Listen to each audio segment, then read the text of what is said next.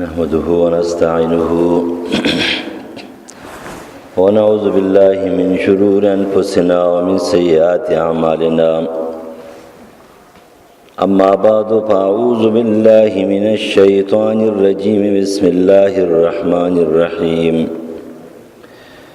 أم يحسدون الناس على ما آتاهم الله من فضله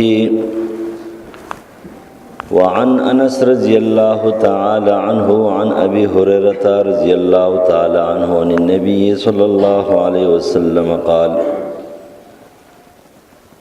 إياكم والحسد فإن الحسد يأكل الحسنات كما تأكل النار الحطب وقال العشب رواه الترمذي وأحمد وأبو داود بلکې دوی کینه کوي د خلکو سره په هغه چې ورکړي دي الله دوی ته د فضل خپلنا سورة النساء نمبر 54 عبداللہ ابو هريره رضی اللہ عنہ روایت ته نبی علیہ السلام فرمایي پتا سو باندې ځان ساتلی د حسد او د کینې نه حسد بشک حسد خوري نه کوي لکه څنګه چې اور لرګي دا خوري یا غیا خوري دا حدیث ابو داود ترمذی امام احمد ابن حنبل نقل کړه حسد یو داسې بیماری ده چې دا بیماری په يهودو کې او د آیات هم د يهودو متعلق نازل ده کوم قوم چې د کینې او د بغض نه ډکې نو په هغه قوم کې حسد زیات د بل چا خو خېګړه خ حالت خصيحت خمال خدولت خعلم خعمل دای نه خوخيږي ځان له حاصلېږي کنه حاصلېږي خو د بل نه لاړ شي ختم شي د دې نبی عليه السلام فرمایي دا تیر شوی زماني بیماری ده او دا بیماری تاسو سره روانه دب الیکم دا الامم قبلكم الحسد والبغضاء د تیر شوی زماني د يهودو عیسایانو بیماری او تاسو ته په مزه زبانی راځي یو حسد دی یو بغض دی او د يهود سره وتاسو حسد بالحسد نعل بالنعل ملاویږي بالکل برابر شي او بیا نبی علیہ السلام د دې بیماری په اړه کې فرمایي چې دا خرون کی بیماری ده حالقه ده او دا یختنه خریدا دین خری د انسان دین بربادي حسد معنا څه ده او حسد څو قسمه ده یو حسد دی هغه مستحب دی چې هغه ته غفته وي په پښتو کې د حسد معنا دار چې د چا د خصيفت د حصول تمنا کول او د چا د خصيفت د زوال تمنا کول پچا کې یو خصيفت ته ته د دې ماته ملاوي شي او پچا کې یو ښه صفت ته ښه حالت دي ته درې دنه الله تعالی واخري مال راکې او کنه راکې دی اولنې ته غیبته وي او د دویم ته حسد وي نو کوم چې غیبته ده او هغه غوړه ده نه په دینی امورو کې ده چې د عبد الله ابن عمر رضی الله عنه حدیث ته د عبد الله ابن مسعود رضی الله عنه حدیث ته چې لا حسد الا فی اثنين حسد چې کوم ده نو دا په دوه شذونه کې غیبته شوق مینا طلب د یو ښه حالت د یو ښه کار د دینی کار حصول چې ته بچا کی وای نه پروردگار د عمل راکې دا عبادت ته دا مستحب دی نبی علیہ السلام فرمایي چې لا حسد الا فی اثنين ولا حسد الا فی اثنتين حسد چې کوم ده نو دا نشته مگر په دوه کارونو کې دی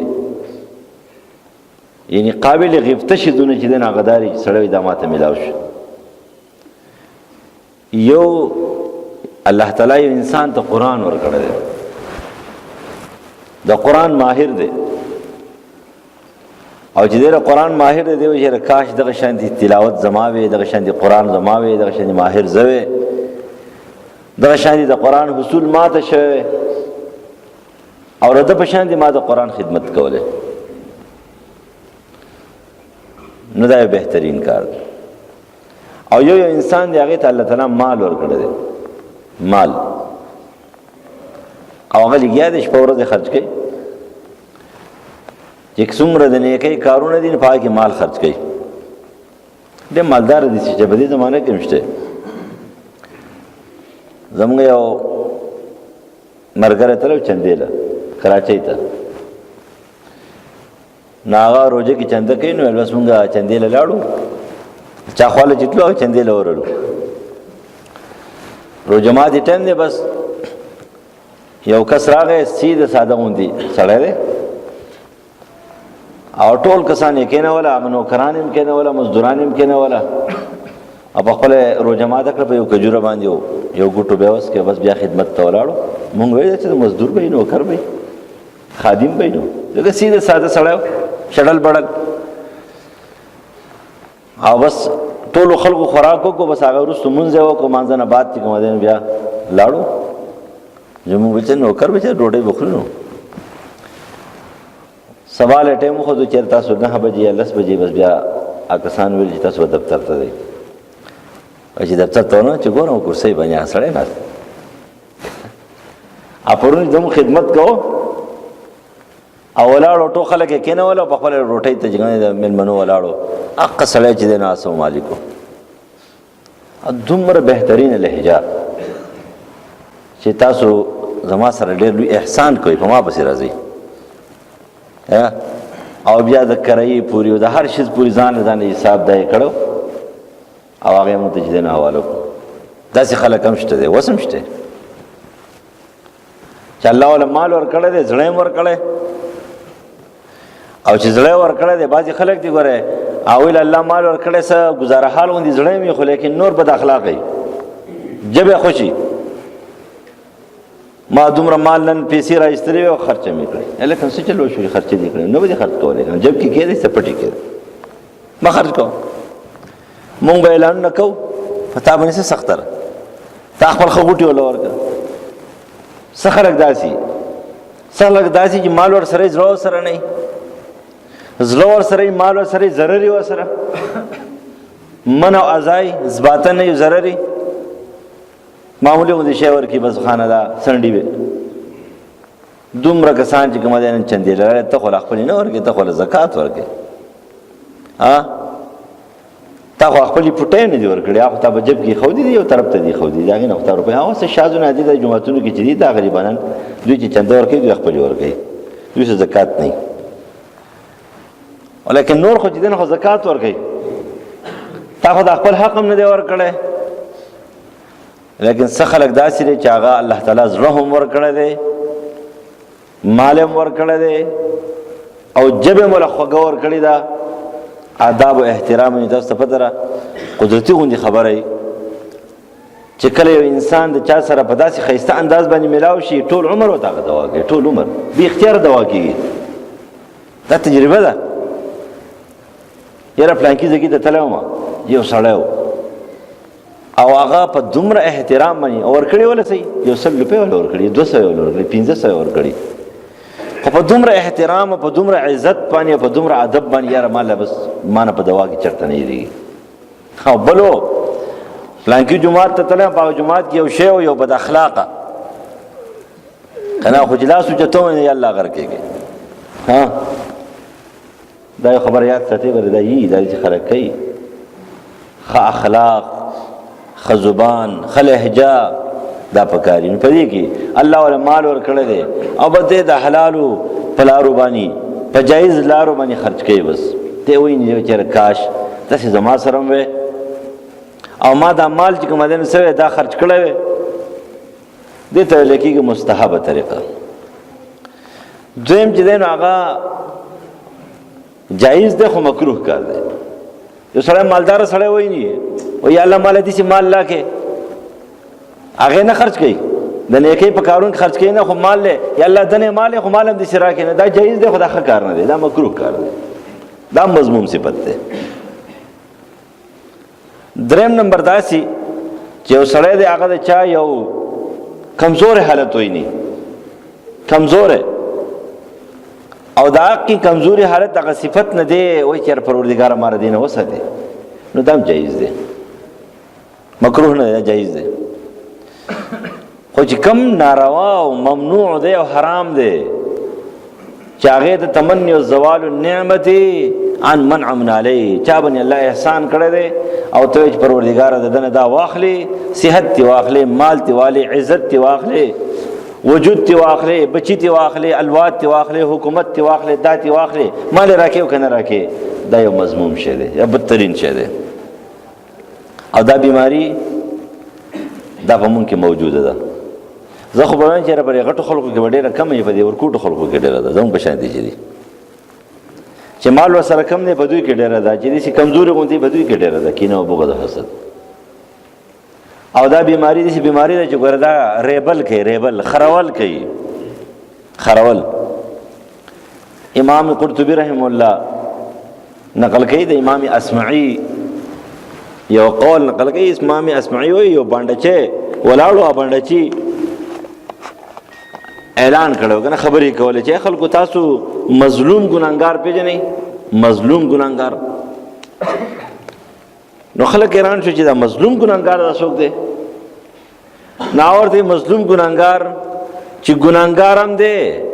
ظالم هم دی، خو مظلوم دی. نو چې ظالم شو ګناهګار شو نو مظلوم څنګه شو؟ نال مظلوم خو ځکه دی چې همیشه د پاره دی غمجن وي، پریشانی، همیشه د پاره په سوچونو فکرونو کې وي، هم پریشان دی، هم په سوچونو کې فکرونو کې دی، او په لاس ولم څه نه ورځي، هېڅ شی ولا په لاس نه ورځي. وایي دا څوک دی؟ دا حاسد دی، کینهګر دی. دی چې کوم دی نو ولاړي، کله یو حالت ته سړي وایي چې هلکه دا خو ډېر ښه دی، جو یې زړی خفه شي، په غم او فکر کې څه شي اخته شي، په پریشانی کې اخته شي، د ده پریشانی ختمیږي نه، بس ورځ په ورځ پریشانی زیاتیږي، ورځ په ورځ پریشانی زیاتیږي او غمونه زیاتیږي، او په لاسو ته هېڅ نه میلاویږي. نو دی خو ګناهګار دی، خو مظلوم دی، هېڅ هم ورته میلاو نه شو. په دې چې ګناهګار باندې ژړا پکار ده چې هم ګناهګار دی او هم مظلوم دی، هم ورته په لاس نه میلاویږي، او ورځ په ورځ بیماری هم زیاتیږي او غمونه هم زیاتیږي او فکرونه هم زیاتیږي. دا سره دا حسد دی، دا کینه ده. د دې وجې نه اولنۍ ګناه چې په اسمان کې شو ده که نه، د حسد په وجه شوې ده. اولنۍ ګناه چې په ځمکه باندې شوې ده، تفسیر روح المعین نقل کوي، دا په حسد باندې شوې ده. اولنۍ ګناه چې کړې ده بر شیطان کړې ده، شیطان ابلیس چې د آدم علیه السلام سره حسد وکړو، کینه یې وکړه چې دل الله دومره قدر ورکو، دومره لوی عزت یې ولا ورکو، او د هغې عزت او د قدر په وجه باندې هغه کینه او حسد وکړو، او د الله تعالی د حکم نه انکار وکړو، سجدې ونه کړه. اولنۍ ګناه وشول دي، او د هغې په وجه باندې څه شو؟ ملعون شو، رجیم شو، د هغې په وجه باندې مهر پې ووالی شو. او چې په مخلوقاتو کې ټول نه بدتر مخلوق، د ټول نه بدتر فرد ابلیس، د هغه نه بدتر څوک نشته. او په ځمکه کې اولنۍ ګناه دا هم د حسد او د کینې په وجه باندې وشو چې واتلو علیهم نبأ ابن آدم بالحق اذ قرب قربانا. د آدم علیه السلام دو بچي،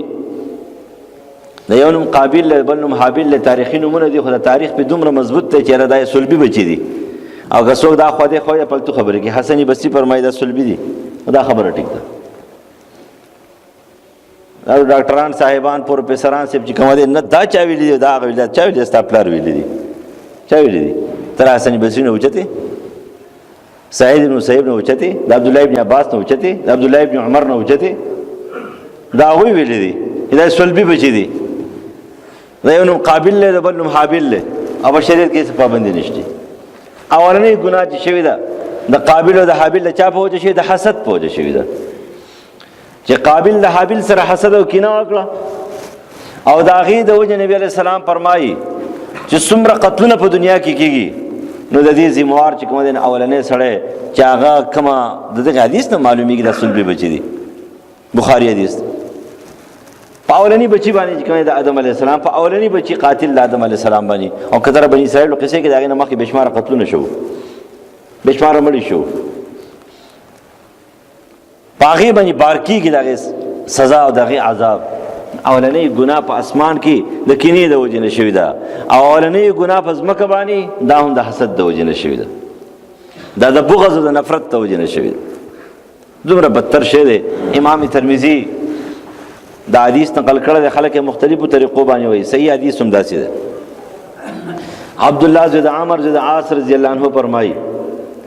چې نبی صلی الله علیه وسلم وفرمایل چې که څوک یو جنتي لیدل غواړي نو اوس په جومات ته راشي. مونږ ناسو ناګهانه چې کوم دی یو کس راغی د بانډې دی او داسې یې کړی دی په ګس لاس کې ورسره چپل دی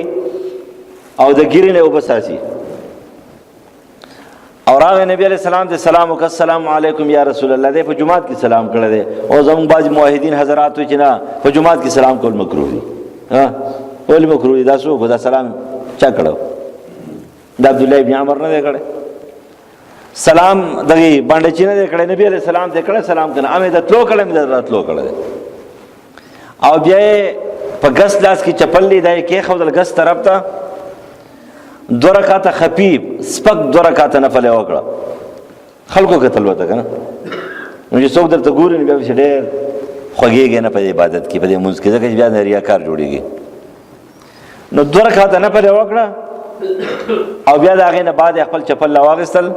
په ګس لاس کې او بیا یې نبي علیه السلام ته سلام وکړ، السلام علیکم یا رسول الله، او د جومات ته ووتل. نبی علیہ السلام فرمایل دا بانډه چې تاسو ولیدو دا شډل بډل سړی د جنتي دی. عبدالله زید عمر رضی الله عنه فرمایي چې بس زه راووتلم د دې دپاره راووتلو چې معلومات وکړم چې دی په کم یو عمل باندې په کم یو خبره باندې جنتي دی، ځکه چې هغه عاشقان جنت و که نه جنت یې غوښتو. مونږ خو د دې زمانې خلک چې کوم دی نو ټوله دنیا غواړو، بس هغه خلکو چې کومه دنیا نه غوښتل هغوی جنت غوښتو. جنت ته هغوی مقصد اولی و، اولنی مقصد د هغوی جنت و. بیا دنیا دا خو دنیا د دنیا معاش دپاره دی، دا به کې د دې نه بغیر کېږي نه، خو لیکن دا دی چې مقصد حیات خو نه دی که نه. نو عبدالله زید عمر فرمایي چې مونږ لاړو، زه لاړم ما ورته وویل چېرې زه کور نه خفه شوی یم ته ماله څه زګی راکړې که نه یو څه ورځي. بالکل ولې تاله نه درکوم چاله درکوم. ما ورسره یو څو شپې تېرې کړې. نو کله چې زه راتلم نو ما ته ویل چې څه کوې چې ځې خو بس ایثار شه. ما ورته چې نه ځم، خو چې کله راووتو راسره نو ما ورته ویل چېره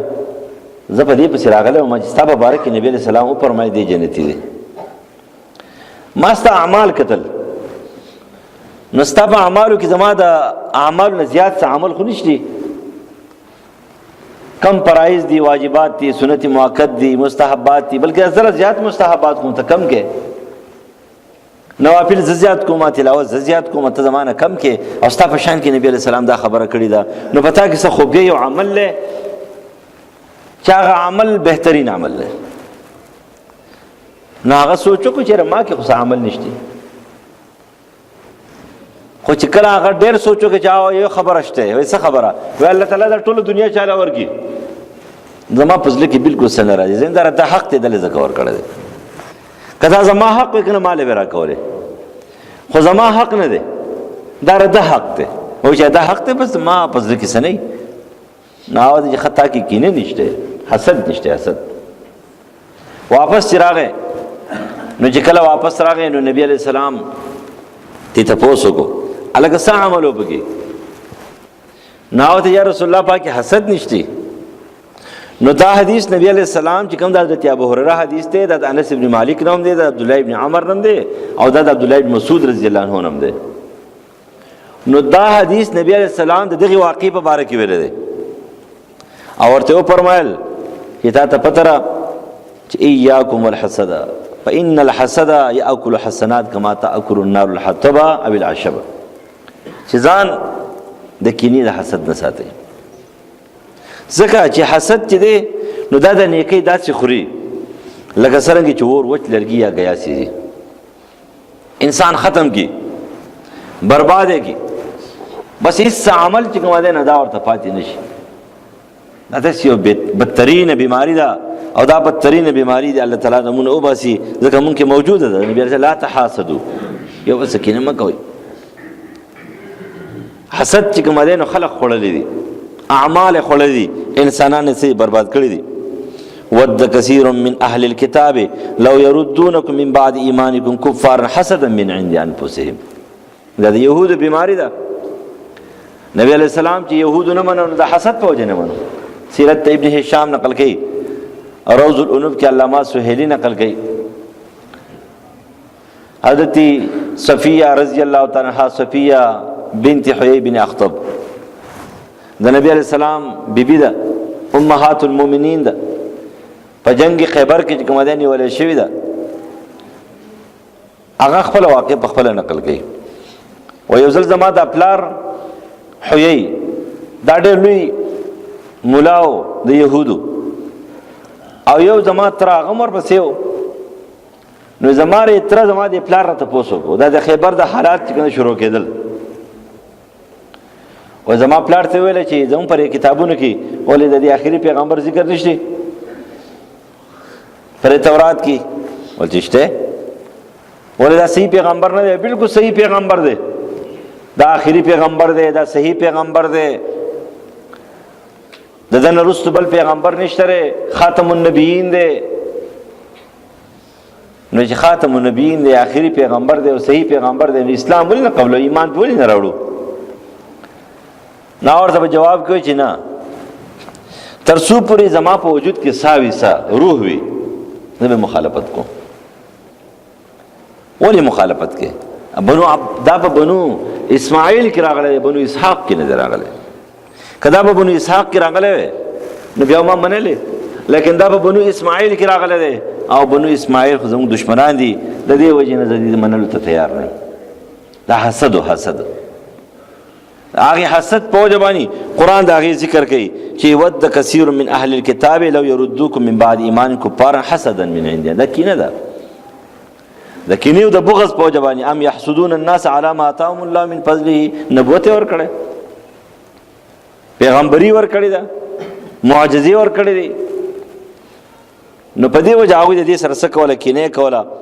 بدترین شی دی لا تحاسدوا ولا تناجشوا ولا تباغضوا ولا تدابروا. نبی علیہ السلام یو بل سره حسد مکوئ، بغض مکوئ، نفرت مکوئ. دا د انسان د پاره تبعی ده، هلاکت ده. او که وګورو زموږ چېرې دا کاته ډېره زیاته خرابه ده. نن چې موږ خپل ځان ته وګورو موږ کې حسد سره موجود ده، کینه موجوده ده، بغض موجود ده. دې بیمارو ته څوک بیماری نه وایي، غیبت ته څوک بیماری نه وایي، کینې ته څوک بیماری نه وایي، بغض ته څوک بیماری نه وایي، دې ته ګناه نه وایي. او نن سبا اول زو پسې دا ټول جو ګوره، نو چې کله دره پیړ چې کومه ده پخوانه مونږ ویل خلکو به ویل یار کبه مليانو کې ډېر حسد یو بل نه مني وایي کنه. لیکن دسي کم محفل لورځي کنه، کم محفل لا ډاکټران لورځي، یو ډاکټر بل ډاکټر نه وایي. ها دا مخته صفات وکړه مړه په څه پني پويږي، اته ګورو اسه شه ده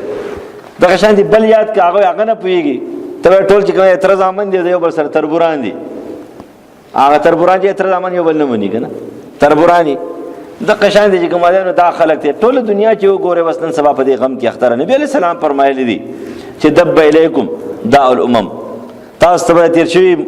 امتیانو د يهود بیماری راځي په مزه زبانی، الحسد والبغضاء، کینه او بغض دا برازي. حذو النعل بالنعل بشي، یو بل سره برابر شي بدیږي. دا بیماری ډېر زیاته شوی ده. په دې وجه باندې نبی علیہ السلام فرمایي اخر زمانه کې ودا بد نظر نه دا بم زیاتی. او د مسند احمد حدیث ته د انس ابن مالک رضی الله عنه نه په سند حسن باندې چې په اخر زمانه کې با د بد نظر نه زیات مرګونه کیږي. نو زما د نظر مطابق زه چې ګورم نو معلومیږي دا چې خلقو کې دنه اندرون کې کینه زیاته شوې ده، کینه حسد او کینه زیاته شوې ده. په خوانه به ثابت کړي کې یو سړی و هغه نه به خلک یې ریدله یاره پلان کې نظر چې کوم دی نو داسې سخت او بد نظر دی د هغې نه سړی. نن ټوله دنیا یو شانتې ده، داسې مه وایه پلان کې او پلان کې پلان کې، ټوله دنیا چېرته په سلو کې یو دوه کسان درې پنځه لس نشم ویلی، نور ټول چې کوم دی د هغوی بد نظر کار کوي او بیا څه کوي ډېر سخت بد نظر خلک ایسته غورځوي سمله یې. نو معلومیږي دا چې یاره دننه کاته خرابه شوې ده، دنه اندرون کې کینه او حسد زیات شوی دی. ځکه دا بد نظر چې کوم دی دا اندرون د قباحت سره تعلق لري، چې سړی دی کنه اندرونی قباحت راشي کنه ځکه الکه ته دومره ښایسته ته خو دومره مالدار ته خو دومره نو ضرورت ماشاءالله چې وایي دې پوه شي چې الکه دا اندرون پاک دی اسی تعجب یې وکړو په ده باندې خو چې کله دې ماشاءالله ونه وایي نو ته پوه شې چې د اندرون ګندره د اندرون ګندره نو ځکه ماشاءالله نه وایي دی وایي چې دا نعمت الله واخیستلی دا احسان ته الله تعالی څخه دا تی واغستله نو نن سبا چې وګوره زیاتره بد نظر چې کوم ډېر په تیزی سره روان دي د اندرون چې کوم دی نسره دا ګنده دی او د حسد په وجه باندې خلک غیبت کوي او چغلی کوي او دا رنګ الزامات لګي یو خبره بل خبره مختلف راځي نیکی خوري د دې نیکو د خورون کی بیماری نه ځان ساتل پکار دي دا بیماری د ځان استل پکار دي دا به علی استل کیږي چې کله ته د بل خصفت ته چې کوم دی وګوره تعجب په نظر باندې ماشاءالله ورته وي ها ته به خوشاله شې ورور مسلمان دی بس چې خاصیت ول الله ورکړي خبره ده چې خاصیت ول ورکړي خبره ده خمال حلال ول ورکړي خبره په کار بشي د چا په کار راشي الله ول عزت ورکړي خبره ده ته ولې خپکیږي تعالی نه درکړي ځکه وا صحابي ویله چې رزقینا حسد ولې نه کومه ځکه نه کوم چې زما حق نه دی په حسد او کینې باندې پردی حق چاته نه ملاويږي اسمان لږه او قسمه کې لږه دغه سیت ته نه ملاويږي ځان مړ کې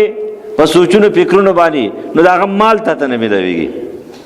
هغه شان دي بچی ته نه ملاويږي هغه شان دي عہده ته نه ملاويږي ولې ځان خپکه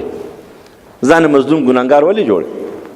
مظلوم ګناګار دي ځان جوړ کړل نو خاصه مسلمان ده ځان جوړ کا څوک څنګه دی مساغه شانتی دی په دې باندې خپشه د چا په ګناه باندې خپشه د چا په ظلم باندې خپشه ظلم ولې کوي په دې باندې خپشه غلط کار کوي په دې باندې خپشه دی کمزور دی په دې باندې خپشه دی بیمار دی په دې باندې خپشه دی محتاج دی دی فقیر دی دی قرضدار دی په دې باندې خپشه او چې یو سړی خوای نه په دې خوشاله شه زړه به دې خوشاله شي الله به تعالی درکړي اندرون به خوشاله شي د خفګانونو د پریشانونو بس شي دا به بچ شي او نو ګر څوک چاله سن شي ورکول نبی علیہ السلام به دا دعا ډیره کوله کنه چې اللهم لا مانع لما اعطيت ولا معطي لما منعت ولا ينفع ذا الجد منك الجد پروردگار هیڅ یو قوت داسې نشته چې تاسو چې چاله ورکه واغې منی کی هیڅ یو قوت داسې نشته چې ته یو چانه شي اخلي واغې سکی هغه ول ورکی نه قسمت کار کولای شي نه بس کار کولای شي نه نسب کار کولای شي نه چا کوشش او مهنت کولای شي او دا ټول قوتونه نسبونه مهنتونه قسمتونه چې راجمه کی او چې الله نور کې نه کی خلک وایي کنه چې الله نه کی پیر بابا وسه چې الله نه کی نو پیر بابا وسه کی نو خبردانه دي سړی ځان پاک کی خپل اندرون پاک کی خپل زړه پاک کی خپل سوچ او فکر چې کنه داسه کی دا پاک کی الہ العالمین څومره بیماران دي شفای کامله عاجله نصیب کړي او د معشوم د سیدی کامله ورکړي او نور چا درخواست کړي پروردگار ټول شفای کامله عاجله ورکړي نور څومره بیماران دي روحاني بیماران دي جسمانی بیماران دي پروردگار شفای کامله عاجله نصیب کړي څومره حاجتمند دي چا شرعي اجازه ضرورت سره ورسه سم مشکلات دي چا پروردگار هغه حل کې چالوات نشته نه کان صالحان الواد لور کې زموږ دی وطن حفاظت وکړي پروردگار ته محافظ او ناصر شي زموږ د کلی حفاظت وکړي پروردگار ته محافظ او ناصر شي الہ ولزم مشران و شیخان او استادان او مور پلارون قبر د عذاب جهنم د عذاب نه بچ کړي پروردگار دا رور چې پرون کوم پات شوی دی الہ ته معاف کړي پروردگار د قبر عذاب په آسان کړي الہ ولزم د رحم او د کرم معاملې وسوک الہ ولزم دنیا آخرت له مخسته کړي قبر د عذاب جهنم د عذاب نه بچ کړي جنت فردوس نصیب کړي اللهم ربنا